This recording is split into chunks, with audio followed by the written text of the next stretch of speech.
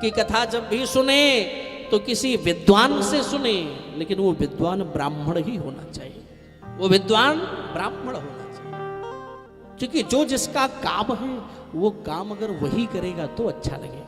क्योंकि जो शास्त्र कह रहा है, बाकी हम तो नहीं बोल रहे, शास्त्र भागवत में यही लिखा है कि विप्र हो, ब्राह्मण हो और विद्वान हो और साथ ही साथ वैष्णव हो। यानी वैष्णव का मतलब यानी वो भी दीक्षा मंत्र से विभूषित हो और आचार विचार आहार का भी ज्ञान रखने वाला हो। ऐसा नहीं कि उसी हाथ से हाथ को होंठ पे लगाया और लगाने के बाद कपड़े में पोंछ लिया, फिर तुम्हारा आचार विचार तो शुद्ध ही नहीं है। तुमने भोजन कर लिया, टिश्यू पेपर से पोंछ लिया, हमारा हाथ साफ होगा, और उसी हाथ से आप कुछ भी स्पर्श कर लोगे तो पूरा का पूरा जूठा हो जाएगा। यानी हम कुछ भी खा रहे हैं, जो मिल जाए, ठेले पर खड़े हुए तो पानी पूरी खाने लगे, कहीं अदर जगह खड़े हुए तो टिकिया चाट मसाला खाने लगे, कहीं अलग जगह खड़े हो गए तो आजकल के जो ये फास्ट फूड है इसको खाने लगे। कोई ज्ञान नहीं है क्या खाना है, क्या आहार है, क्या विचार है, क्या आचार है, संध्या वंदन से कोई लेना देना नहीं। और अगर ऐसा भी कोई ब्राह्मण भी हो तो आप ये समझना कि उसको भी प्रणाम ही कर लेना, वो भी किसी दुष्ट से कम नहीं है मेरे भाई बहन। राधे राधे, जय श्रीमन नारायण, जोर से बोलो जय श्रीमन नारायण। अगर ऐसा कोई ब्राह्मण है तो तत्क्षण उसका परित्याग करो। हम उसे पूजन नहीं कराएंगे, हम उससे सावधानी बरतेंगे। अगर उससे पूजन करवाए तो फिर हम तो पुराने संत लोग एक कहावत कहते थे, पुराने बुजुर्ग लोग, कि हम तो डूबे, क्या है, हम तो डूबे सनम तुमको भी, वो तो डूबे ही है। और अगर ऐसे ब्राह्मण को आप भी बुला करके उनसे अपने घर की पूजा पाठ करवाओगे, जो आपके घर पहुंचेंगे तो वो उनको आपके घर आएंगे, वो धोती पहन के आएंगे महाराज, वो चंदन यहां से यहां तक। 2 दिन के बाद झांसी में देखोगे फर्स्ट क्लास जीन्स और टी शर्ट पहन करके मिलेंगे। हाँ, फिर वहां चंदन वंदन नहीं होगा। वो क्या लगाते हैं, दूरदर्शिका, हिंदी में क्या बोलते हैं, ऐनक को, वो चश्मे को हिंदी में दूरदर्शिका। ऐसा बड़े बड़े शीशे वाला दूरदर्शिका यानी चश्मे लगाकर वो मिलेगा ब्राह्मण की, क्या करें।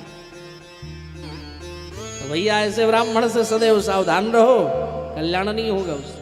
ऐसे ब्राह्मणों से पूजा पाठ करवाने से, मैं ब्राह्मण द्रोही नहीं हूं, लेकिन ऐसे ब्राह्मण का मैं सदैव द्रोही हूं कि जिसको आचार विचार आहार का जरा सा भी ज्ञान ना हो और ना अपने पांडित्य कर्म पर उसको विश्वास हो, ना हमारी सनातन वेशभूषा पर भरोसा हो, ना विश्वास हो, ऐसे ब्राह्मणों का तिरस्कार करना चाहिए मेरे भाई बहन। और अगर ऐसे ब्राह्मण से आप कुछ भी करवा रहे हो तो आपका कल्याण नहीं होने वाला है। क्योंकि ध्यान देना, क्योंकि ऐसे ही ब्राह्मण जो इधर उधर खाने पीने वाले, घूमने वाले, एंजॉय करने वाले होते हैं, अगर आप बताओ आप उनको बुलाकर घर में महामृत्युंजय मंत्र का जाप करवाइए ठाकुर साहब, तो वो जाप पर बैठेंगे, जाप करेंगे कम, सारा दिन मोबाइल लेकर के।